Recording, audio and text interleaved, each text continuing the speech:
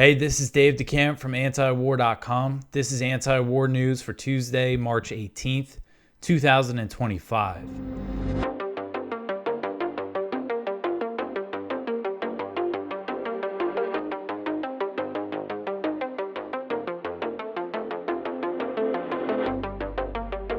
All right, the first story at the top of antiwar.com today. Israel restarts large-scale bombing of Gaza, over 100 killed.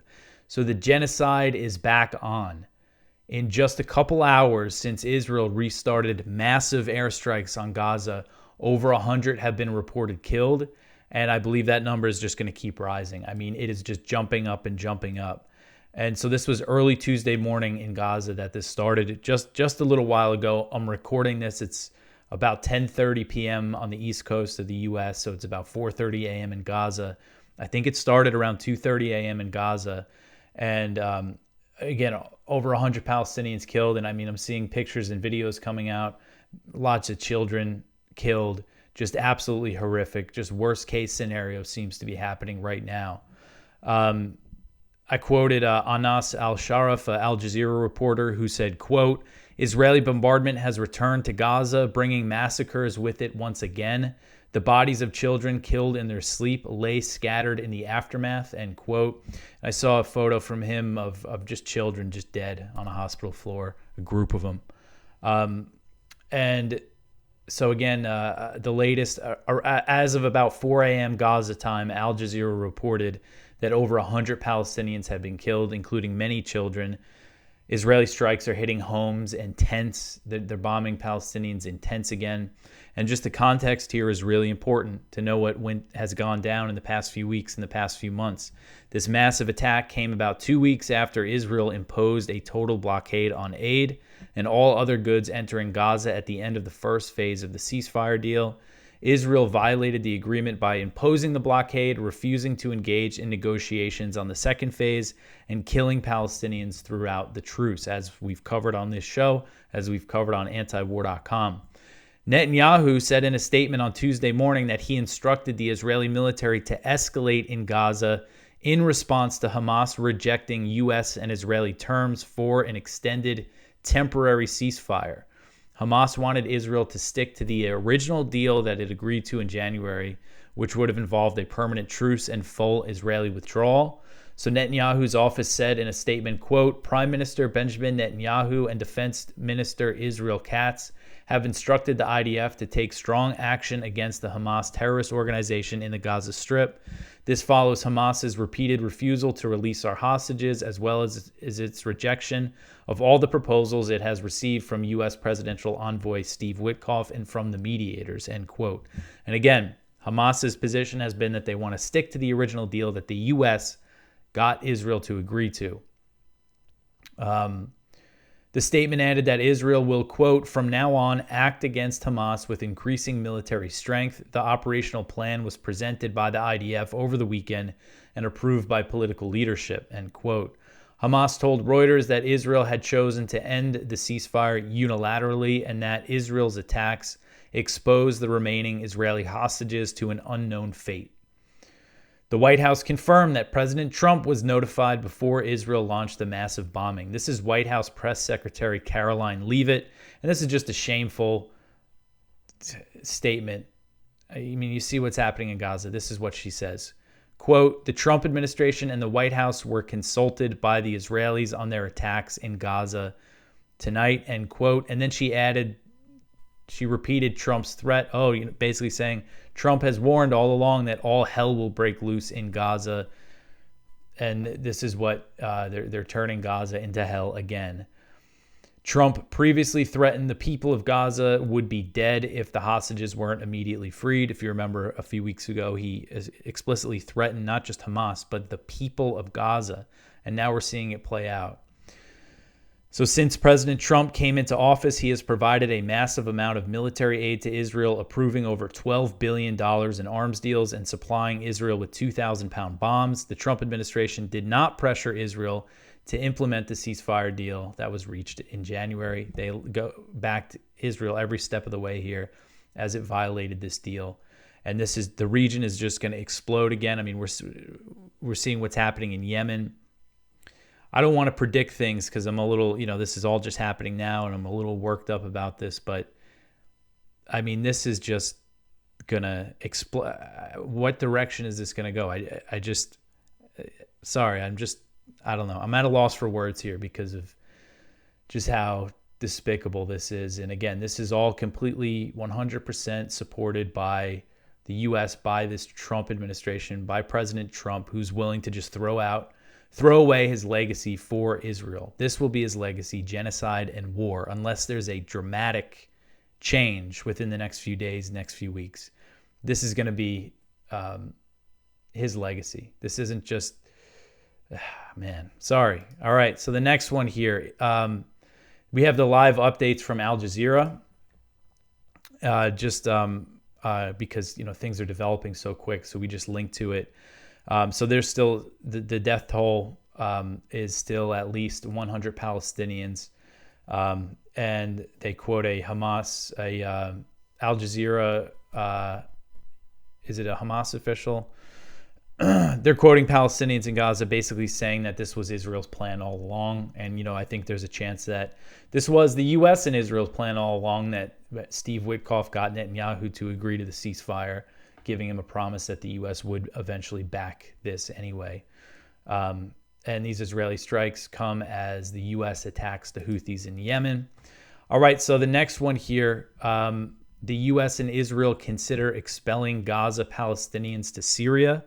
So there's a report from CBS News that the U.S. and Israel are considering expelling Gaza's Palestinian population to Syria to facilitate the ethnic cleansing of the territory. The report said that the U.S. and Israel were also interested in sending Palestinians to Somalia and Sudan, and that was previously reported. I covered that yesterday, and these are two war-torn nations in Africa. A source told CBS that the Trump administration has attempted to reach out to Syria's interim government, which is led by the al-Qaeda offshoot Hayat Tahrir al-Sham, about the idea of resettling Palestinians in Syria. And a source from the region told CBS that the HTS-led government has been approached, although a Syrian government official denied any knowledge of the proposal from the U.S. and Israel. President Trump has repeatedly called for the permanent removal of Palestinians from Gaza as part of his plans for the U.S. to take over the territory. So we don't know, if these plans have any real chance of being completely carried out, sending the Palestinians to these other countries. But the fact that it seems like the U.S. and Israel are very serious about this, that this is they see ethnic cleansing as the ultimate goal here. And I think that's become clear from what we've heard from the Trump administration and now what we're seeing happen in Gaza. All right, so the next one here, Trump will blame Iran for Houthi attacks. So President Trump on Monday issued a new threat to Iran, saying that he will hold Tehran accountable for Houthi attacks. The warning came after U.S. officials acknowledged that the Houthis, officially known as Ansar Allah, act independently from Iran and are unlikely to take orders from Tehran. So this is how I understand the Houthis. This is how Yemen experts understand the Houthis. They are not just an Iranian proxy that does every whim of the Ayatollah. They act independently. But Trump is saying he's going to blame every Houthi attack on Iran. And this sounds a whole lot like a pretext for bombing Iran. So Trump wrote on Truth Social, quote, "Let nobody be fooled. The hundreds of attacks being made by Houthi, the sinister mobsters and thugs based in Yemen, who are hated by the Yemeni people, all emanate from and are created by Iran. Any further attack or retaliation by the Houthis will be met with great force, and there is no guarantee that the force will stop there. Every shot fired by the Houthis will be looked upon from this point forward as being a shot fired from the weapons and leadership of Iran. And Iran will be held responsible and suffer the consequences, and those consequences will be dire," end quote. So over the weekend, when Trump ordered a major round of airstrikes on Yemen, which killed at least 53 people, U.S. officials told the Washington Post that the Houthis were independent actors. So I was looking to find some good quotes, maybe from people who are experts on the region, about how the Houthis are not just going to take orders from Iran. And I actually found out that U.S. officials said this to the Washington Post just this weekend. The Washington Post report said, quote, U.S. officials have said that while Iran has provided significant support to the Houthis, they see the group as an independent actor that might not necessarily respond to Tehran's instructions to stand down its maritime attacks, end quote. The Houthis have an arsenal of drones and missiles that are similar to Iranian ones, but they are believed to be produced domestically in Yemen. The Post report said, quote, the Houthis have also established their own substantial independent weapons production capability, end quote. That means they do not rely on Iran for weapons. So even if Iran wanted them to stop, they didn't have any power. They don't have any power to make them stop. They can't cut off their weapon supply because despite all the claims from the U.S., they're not shipping them all these missiles and drones. And Iran has always denied U.S. allegations that it arms the Houthis, a position that it reiterated when it rejected Trump's earlier threats related to Yemen. And the U.S. airstrikes on Yemen over the weekend provoked Houthi attacks on the aircraft carrier USS Harry Truman, which U.S. officials said were intercepted.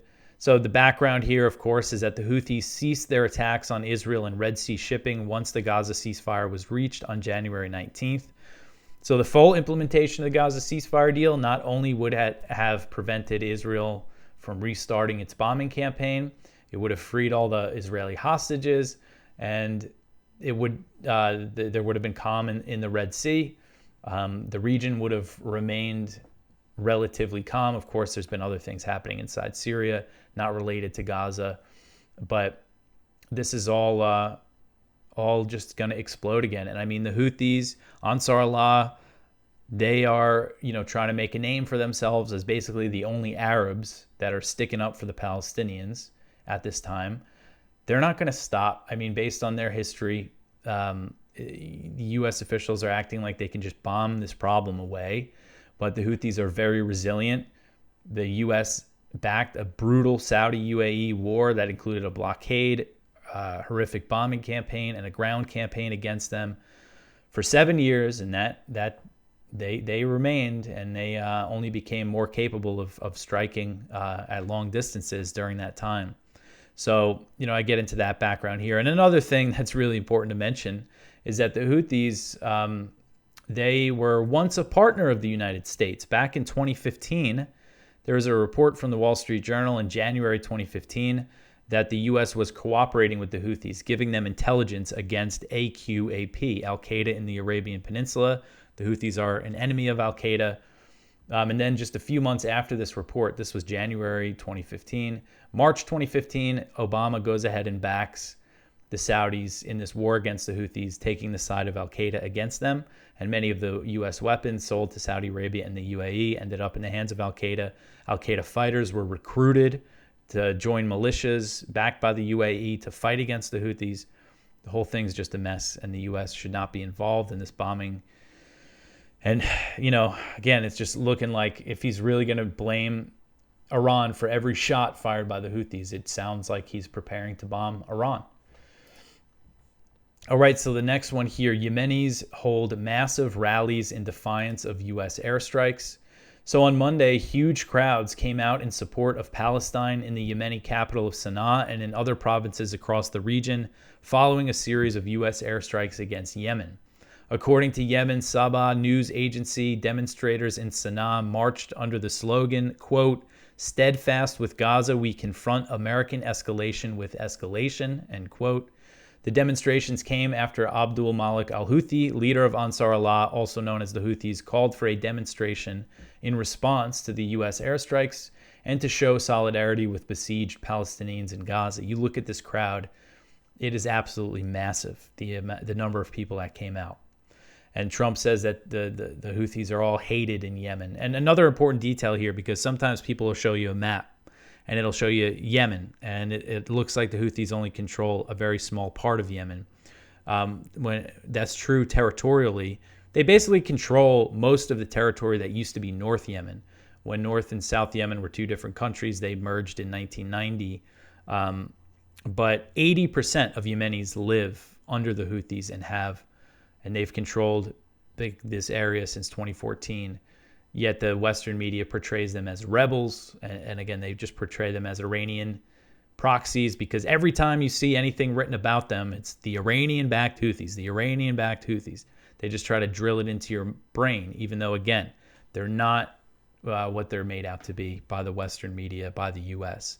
So a statement from the organizers of the protests said, quote, "We announce our comprehensive move in response to the recent aggression and U.S. escalation with military escalation, general mobilization, and economic boycott of the enemies. We fear no one and bow to no one except God. We will confront escalation with escalation," end quote. That's the slogan. We will confront escalation with escalation. There's no chance they're backing down anytime soon here. And again, you just see this attitude. I mean, Marco Rubio basically saying, oh, we're going to keep bombing them until they don't have the capability to target shipping. And, it's just, this is not going to work out the way many people think. And, if the Houthis want this war with the U.S., which it looks like, they're ready for the confrontation, if they know that the U.S. might bomb Iran and get Iran involved, I mean, that might give them more motivation to start hitting U.S. ships. And everything about this is just the direction this is going is just really bad. All right, so the next one here, I skipped the whole section here. So the U.S. threatens Hamas and says, look at the Houthis. So this is from Sunday that I missed yesterday. White House envoy Steve Witkoff appeared to threaten Hamas with potential U.S. military action, warning the Palestinian group to look at what the U.S. has done against the Houthis in Yemen. The comments came a day after the U.S. launched major airstrikes on Yemen, killing at least 53 people, including women and children. Witkoff made the threat when discussing Hamas's response to his proposal for a temporary ceasefire in Gaza, which he called unacceptable. So Witkoff told CNN host Jake Tapper, quote, "I think there's an opportunity for Hamas, but that opportunity is closing fast. What happened with the Houthis yesterday, what happened with our strikes, ought to inform as to where we stand with regard to terrorism and our tolerance level for terrorist actions," end quote. So it sounded like he was, he's hinting at the U.S. potentially taking military action. Now what we're seeing is Israel taking huge military action with U.S. support, with U.S. weapons, probably with some U.S. intelligence, total backing. Again, the U.S. is totally backing them starving the Palestinians completely. No aid shipments at all are going in, not a single truck, and they're completely backing these heavy airstrikes. And these hints, and we've seen Witkoff kind of hint before, potentially at the U.S. getting involved and taking military action. What is the U.S. going to bomb Gaza? I mean, at this point, nothing. I don't think anything will surprise me with this Trump administration. All right, so the next one here, Israeli lawmaker says that Hamas is gaining strength. This one is from Kyle Anzalone at the Libertarian Institute. So we've seen this, from U.S. officials, from U.S. intelligence, saying that Hamas basically reconstituted its forces since October 7th, reconstituted the people that they lost. And that's what happens when you bomb and kill as many civilians as Israel did. Of course, that's a recruitment boon for Hamas. And an Israeli lawmaker is saying that this was a letter from opposition lawmakers saying that in recent days they've been informed that the military strength of Hamas and Islamic Jihad has been restored, such that Hamas has over 25,000 fighters and Islamic Jihad has over 5,000 armed terrorists. So that is, I believe, I don't know about Islamic Jihad. They're saying they have 5,000. I'm not sure what their number was. But I believe this is what Israel said before October 7th, that Hamas was, and what U.S. intelligence has said, that they had 25,000 fighters. And now they're saying they're back up to that number. And we've seen things from Israeli media that the Israeli military doesn't think it's really capable of reinvading Gaza and fighting Hamas. But I think that's why we might just see carpet bombing, just really, really heavy airstrikes. And I wonder, is this going to turn into the U.S. and Israel saying, well, you can leave. Egypt can let you come in. We'll open Rafah for you. You can all leave. Man, with everything that's happening, that wouldn't surprise me. All right, so the next one here, new fighting erupts at Syria-Lebanon border. So this one's from Jason Ditz. So the Lebanon-Syria border has been mostly quiet for the past month after a brief incursion by Syria's government, the Islamist Hayat Tahrir al-Sham, in early February. Now there is renewed fighting in the exact same area after HTS carried out overnight shelling against the village of Al-Qasr on the Lebanon side of the border. The new fighting centers around the deaths of 3 HTS members on Saturday. HTS accused Hezbollah of kidnapping them, but Hezbollah denies involvement, and they're not even involved in this fighting. This is actually HTS fighting the Lebanese army here. And I believe that the total number, at least three people have been killed. Actually, no, it's up to 7 now. 7 people have been killed in this fighting. And again, this is ongoing. It seems to be ongoing fighting on the Syria-Lebanon border. All right, so the next one here, Turkey kills family of 9 in new attacks on Syrian Kurds. Another one from Jason. Turkey and its auxiliaries continued its attacks on the territory of Syrian Kurds overnight with a Turkish airstrike against a farm just south of Kobani, leaving 9 people in the Otham Abdo family dead. Most of the slain were reportedly children. Turkey and its allies in the Syrian National Army faction have also been attacking multiple areas further to the east. In the Hasaka Governorate in Tel Tamar, SNA forces reportedly attacked a livestock farm as well as a power conversion station. So the fighting continues, despite the movements that we've seen with the SDF, which is the Kurds in northeast Syria, signing the deal with the Syrian government, the HTS Syrian government, to integrate with its forces. Now the Kurds have rejected the new constitution that puts Syria under Islamist rule. And then also there's what was the other? There's another piece of news with the Kurds, but with them and Turkey, the PKK saying there should be a ceasefire with Turkey. Turkey kind of welcomed it, but then they've continued military operations against the Kurds in northern Iraq and northern Syria, and the fighting along the Syrian-Turkish border continues. All right, so the next one here, 2 people killed in an Israeli airstrike on Deraa in southern Syria. This article is from Al Jazeera. At least 2 people were killed and 19 others wounded after an Israeli airstrike on the outskirts of the southern Syrian province of Deraa, the Syrian state news agency has reported. The Israeli military confirmed the strikes Monday night and said that it was targeting military sites that contained weapons and vehicles that belonged to the forces of ousted Syrian President Bashar al-Assad. The Syrian Observatory for Human Rights said that Israel targeted a military site previously used by al-Assad's forces, but now used by the army of Syria's new government. All right, so the next one here, Jenin camp 100% destroyed after Israeli siege. This article's from The Cradle. So the municipality director of the occupied West Bank's Jenin, Mabdu Asaf, said on March 17th that the city has been almost completely destroyed by the Israeli siege and assault, which has been ongoing for nearly 2 months. He said, quote, Jenin has been under full occupation for 56 days and 3,200 homes have been evacuated. 100% of the Jenin refugee camp has been leveled, and 85% of the streets in Jenin have been destroyed. Life is completely disrupted in Jenin, and we have around 8,000 commercial establishments completely closed. Entire neighborhoods surrounding Jenin camp have had their residents displaced, end quote. So he's saying the Jenin refugee camp is completely demolished. And this is something that's been going on since the Gaza ceasefire, so-called ceasefire. Israel launched this escalation in the West Bank on January 21st, 2 days after the Gaza ceasefire started. And this has just been ongoing and hasn't gotten much attention. I mean, I haven't covered it enough myself. All right, so that is it for the news. I kind of went quick today. Sorry, I was a little flustered before. Everything kind of was happening quick tonight. I'm recording a little later than usual, and I'm just kind of just disgusted by what's happening in Gaza and kind of thinking the worst at this time because it's hard to think anything differently when we see what's happening there.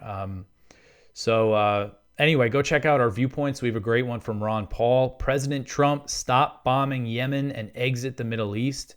One from Ted Snyder, ceasefire, Ukrainians died in vain. One from Sama Kular, Biden's biggest legacy, unending trail of blood. One from Gideon Pardo, why are we still at war in Syria? And one from Joe Loria, the phony ceasefire. So please go check out all that stuff. Follow us on social media. Help us out. Oh, we're doing our fundraiser. So I forgot about that with everything going on. So we started again last week, and we're off to a good start. I appreciate everybody who has chipped in so far. This is how antiwar.com gets by. This is how we're able to provide you this coverage. So if you have the means, please consider helping out and go to antiwar.com/donate to see the different ways that you can help us. Again, that's antiwar.com/donate. Another thing I want to mention, this Saturday, I'm speaking at the New Jersey Libertarian Party Convention. I'm putting the link in the description. If you live in the area, you don't need to be a party member. You can buy tickets for just the speakers if you're interested. So go check that out if you're in the New Jersey, or it's at the Rutgers. I think it's Rutgers. It's in New Brunswick, New Jersey. So it's near New York. If you're in New York, it's not far at all. I'm going to shoot over there after the convention, visit some friends. But anyway, that is it for me for today. I will be back tomorrow with some more news. Thanks for listening.